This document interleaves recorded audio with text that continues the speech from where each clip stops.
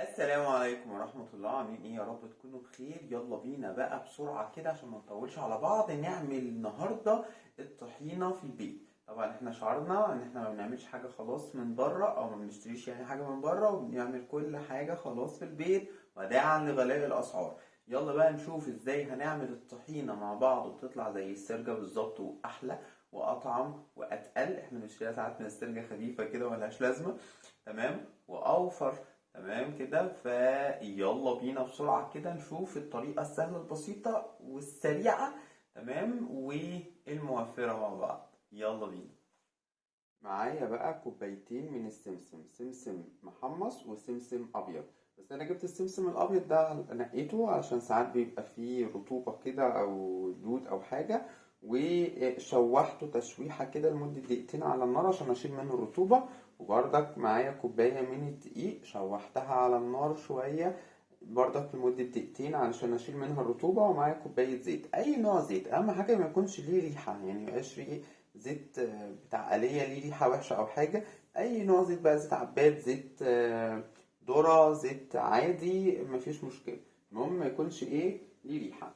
وهنجيب بقى الكبة او المطحنة على حسب بقى كل واحد عنده ايه، وهطحن السمسم مع بعضه الاول.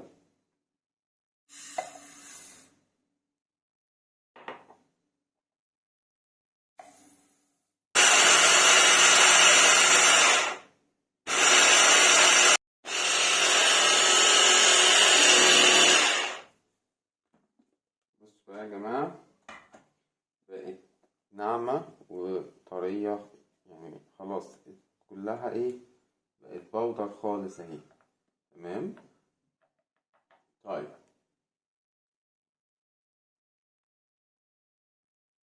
بصوا بقت بودر خالص اهي، وبقت ايه، معمولة يعني خلاص مفرومة خالص، وبقت ناعمة خالص زي الدقيق كده تقريبا يعني. تمام. طيب، ايه بقى الخطوة اللي بعد كده؟ خلاص هجيب الكبة واحط فيها نص كوباية الزيت. تمام.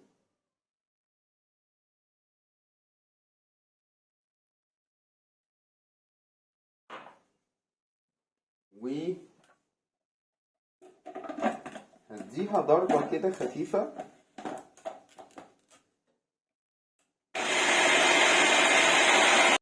بصوا يا جماعة، لون الزيت اتغير، تمام، وبقى فاتح شوية.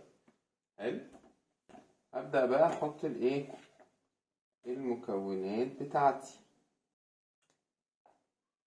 احط السمسم كله كده، ومعاه كوباية الدقيق،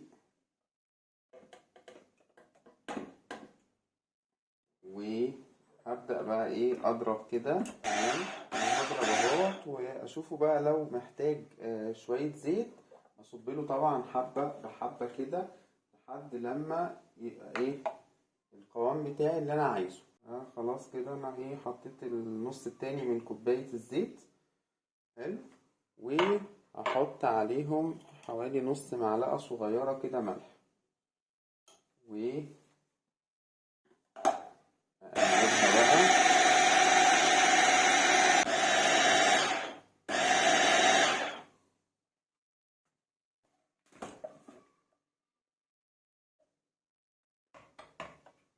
بصوا بقى يا جماعة الجمال والحلاوة، يعني حاجة بجد روعة.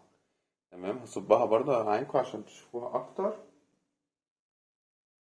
بصوا، بصوا القوام عامل ازاي، بصوا الحلاوة دي، حاجة كده في منتهى الجمال.